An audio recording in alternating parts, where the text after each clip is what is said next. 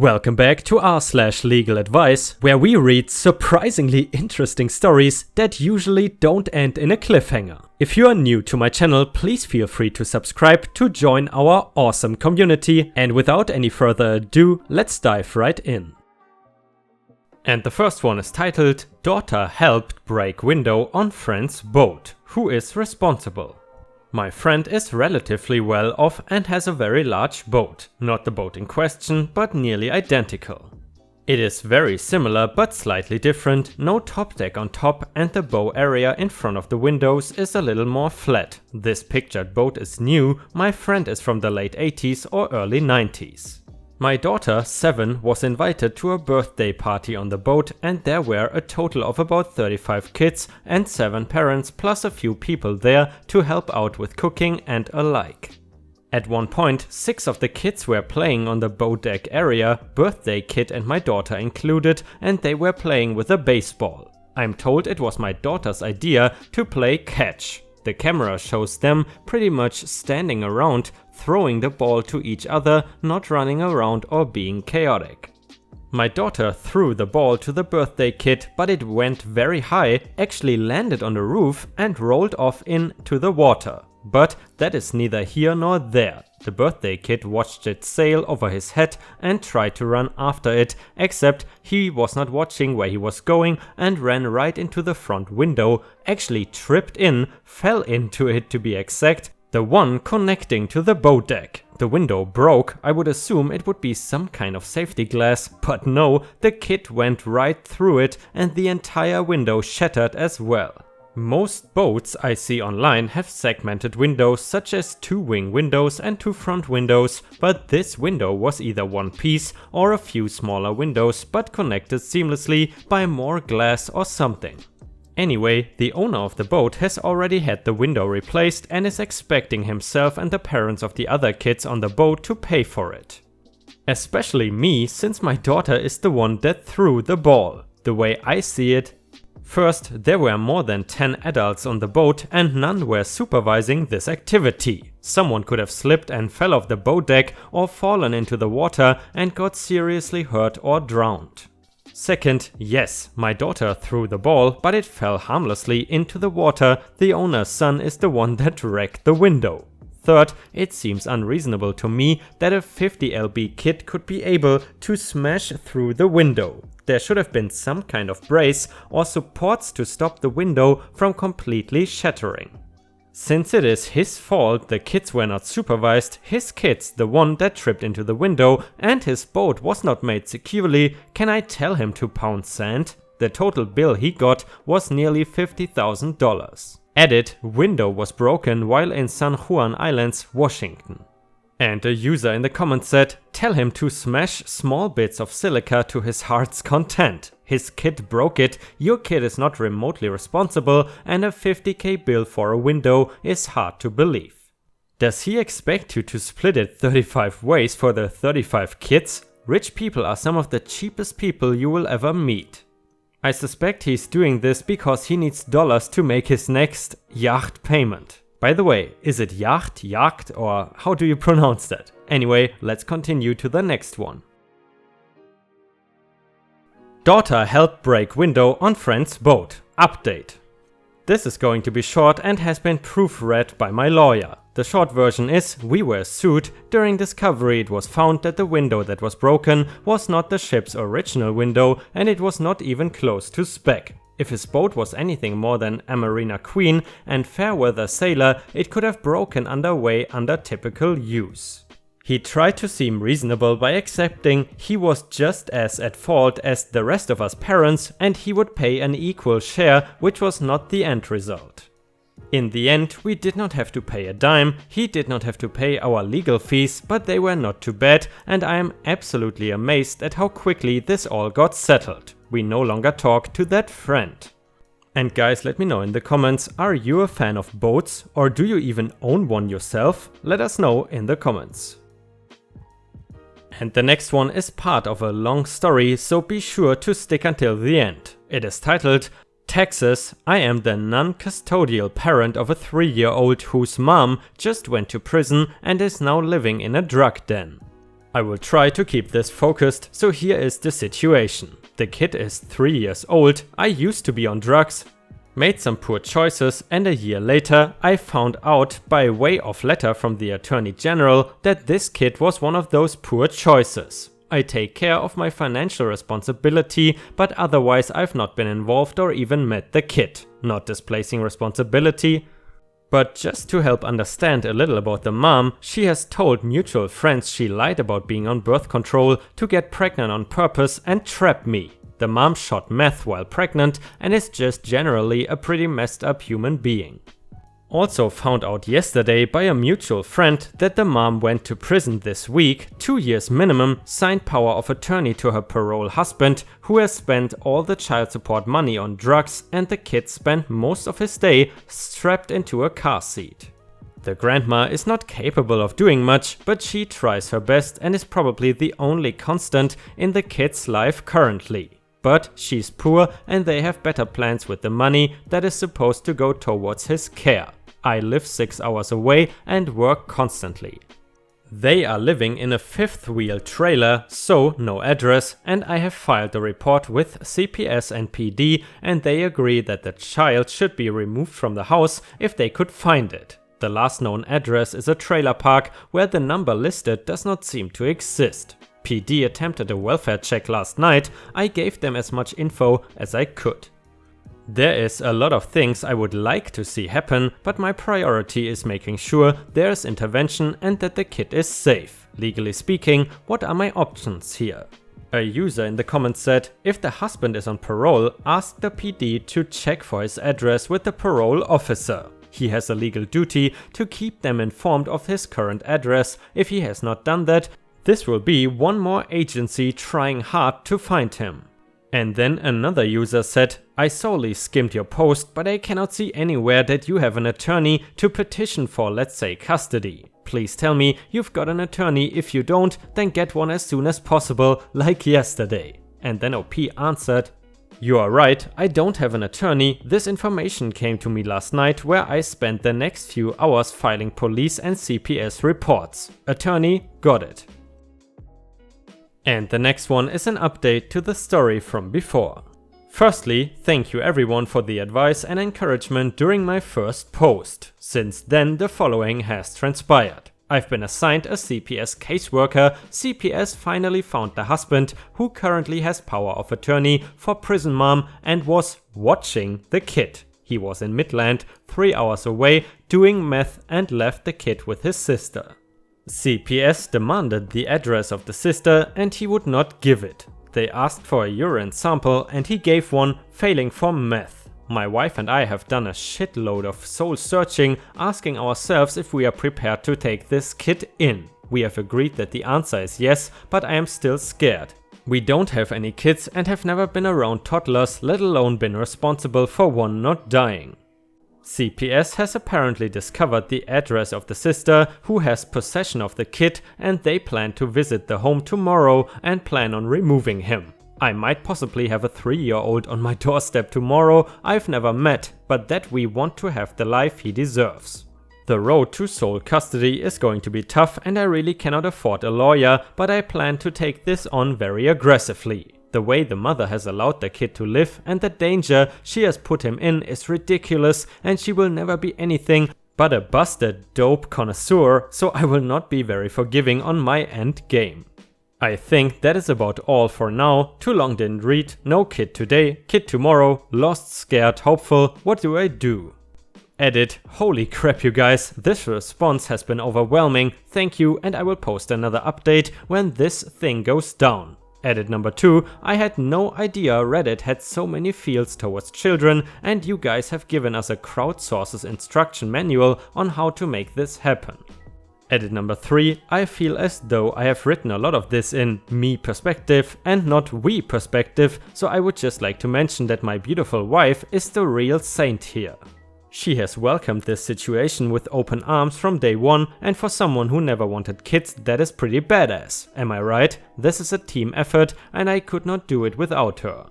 A lot of people asked us to create registries and we did, but that is against the law on this sub and understandably so we went ahead and edited those out.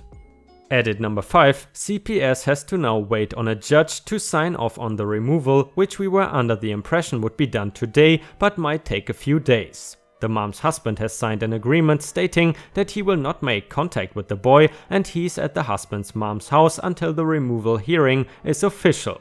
I am glad there are systems in place, but sometimes it's frustrating to be on this side of it.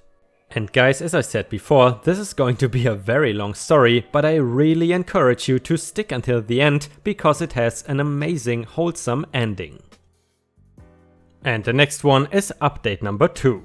If you are reading this, I think there's a fair chance you are privy to the prior installments, but here they are just in case. We came here 4 days ago looking for some advice, and what we actually got was an outpouring of support, encouragement and wisdom that has been just overwhelming. One thing led to another and you people basically threw us an impromptu international baby shower. You made a grown-ass man cry numerous times and my wife, who's not a graceful crier at all, and the UPS guy is not happy with you lot either. Over the next few days we suddenly and miraculously had everything we needed to welcome this little awesome guy into our lives and our home. All we needed now was the human. So we negotiated with the involved parties to get him for the holidays. Plot twist, we don't plan on giving him back. We hired an attorney who is pretty fired up about the whole situation and motivated to win. I want to make something crystal freaking clear here. If it were not for your generosity with the essentials, we should not have been able to hire an attorney and would be flying solo on this case. You are saints. Custody petition is being filed now and the mother will be process served in prison in the next week or so. The hearings should move pretty quickly, fingers crossed. We brought him home today, CPS acted as a proxy and does not want information or addresses exchanged between us and the family who were temporarily charged with caring for him, and the exchange was pretty diplomatic and smooth. For now he's under the impression that he is on vacation with us and we are sticking with first names only. On your advice, we don't want to force a narrative and want this transition to play out on his terms and his time, not ours. We are all snuggled up on the couch watching some god-awful dinosaur cartoon on Netflix and having snacks. He's already having so much fun on his vacation. He's such a cool little dude. I think that is about it for now. It's been a very long and amazing day. I imagine that this update will stay locked for comments, but I did not want to leave you guys hanging. Sorry for the poor formatting and sloppy wording. I'm exhausted. Reddit, you helped change a life this week and you know who you are. From the bottom of our hearts, thank you. But guys, please don't turn off the video now. The story is still not yet finished. But anyway, if you have watched until here, please don't forget to post some star emojis in the comments and also like the video if you want to help me out. Thank you so much in advance. And the next one is update number 3. This is becoming less and less a legal advice saga, but as many of the awesome people who have joined in to be part of our story plugged in through here, I would like to continue updating on this platform. I don't know how to say thank you in a way that aptly communicates my gratitude for everything you have done for us. It has been the best Christmas ever and I am so thankful for the encouragement, support and advice along the way. I will keep this relatively short and as pertinent to legal advice as I can. Since the last update, suits have been formally submitted to the courts for both temporary and permanent custody and the mom was transferred to a TDC from a county jail where she will do her time and is going to be served this petition on Tuesday. CPS was very happy that we took this step and impressed with how quickly it all came together. Even though I am not a managing conservator, they are closing their case and informed the family who was assigned to watch him that we wouldn't be returning him. They are not happy, but the aunt admitted to me over the phone that she was relieved he was finally going to have the life he deserves.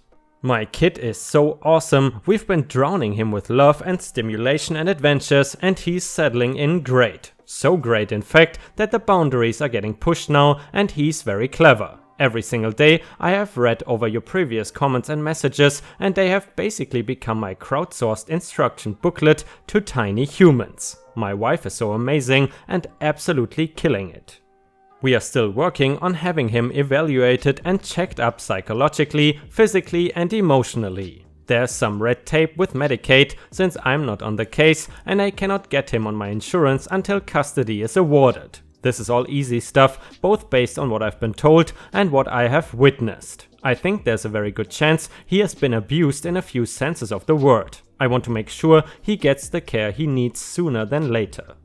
Also, I'm nervous about the legal stuff because I don't know what to expect, how to prepare, how far it will go and who all will be involved.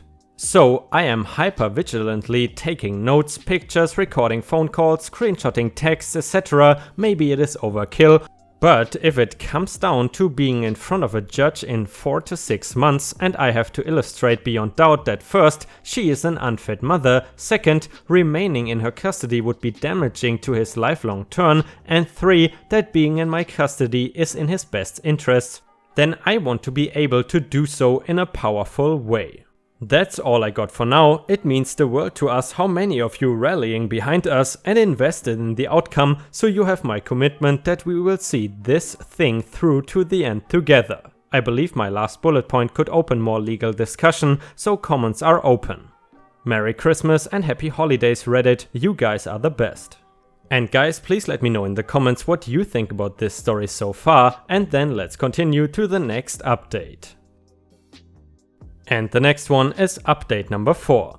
Hi everyone, none of the content in the title of the post is relevant anymore, but for the sake of consistency, it will stay the same. Literally thousands of you beautiful strangers have been along for the ride with us on this journey, and we could not be more grateful for all your support, and as promised we will see this thing through till the end together. Today is our little human's 3rd birthday and it has been an eventful weekend, so today is a good day to update what's going on with the case.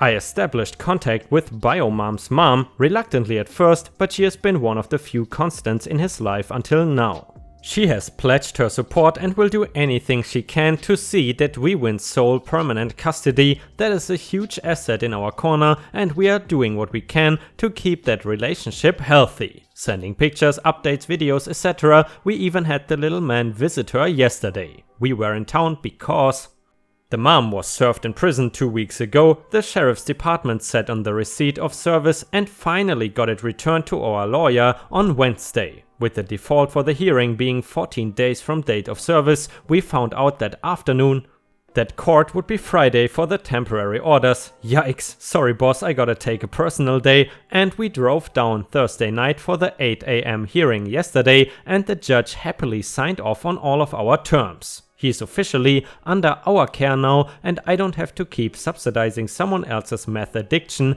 child support. The temporary orders give me managing conservatorship and provide for a restraining order with no visitation against the mom, until the final orders are determined. Moreover, mom was sentenced to 2 years state jail. It's looking like she will actually serve about 5 to 6 months, so the pressure is on to get the final hearing done before then. The battle will be much less messy and much less expensive that way, but we will do whatever it takes. In the meantime, we are focusing on being kick-ass parents, and you guys, I have to tell you that my wife is absolutely winning at this Insta-parent thing. We are also documenting everything, recording phone calls, one-party consent here in Texas, screenshotting texts, cloud backups, building a list of good witnesses who would be willing to give depositions or testify in court. We should have a concrete date for the final hearing soon, and that will be the next major theater to conquer. I was contacted by a gentleman in a startlingly similar situation because of my original posts, and we have been speaking in the real world. Nick, best of luck with you and your son, my man. All in all, it has been the best weekend ever, and this is a huge step towards absolution. We both feel so much better and love this little micro-terrorist with everything we got. Reddit. Good things are happening and we could not have done this without you. This update will probably be comment locked, but feel free to reach out directly with any questions or comments. And now we will read the final update. Dear friends, it has been 57 days since my first post looking for advice, and what an adventure it has been. You people have been a big part of this as our own family. Who knew that kids tugged at Reddit's heartstrings so much, and as promised, Here we are at the exciting conclusion.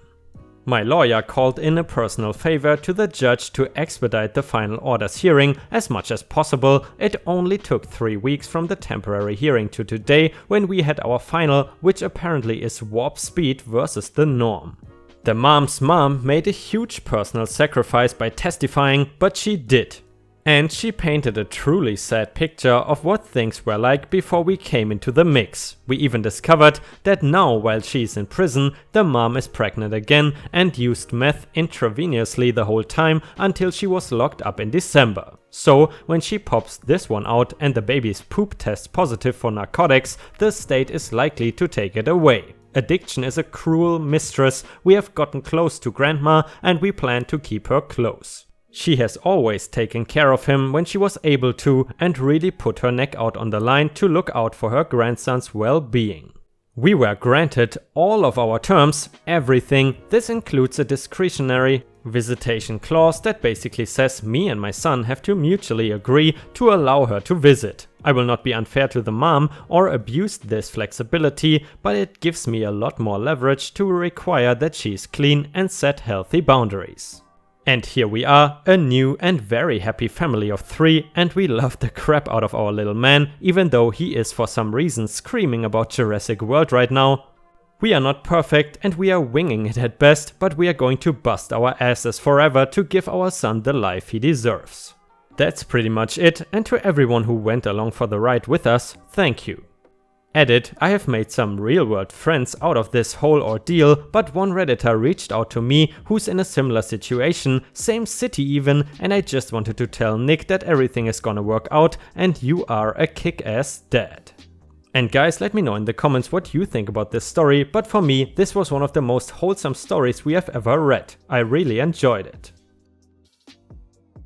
And with that, we have reached the end of the video. I hope you enjoyed today's content, and if you did, please don't forget to subscribe to the channel to join our amazing community. Furthermore, don't forget to go to r/ripestories on Reddit to post your own stories if you want me to read them out in a video. I hope you have a fantastic day, and I see you again tomorrow.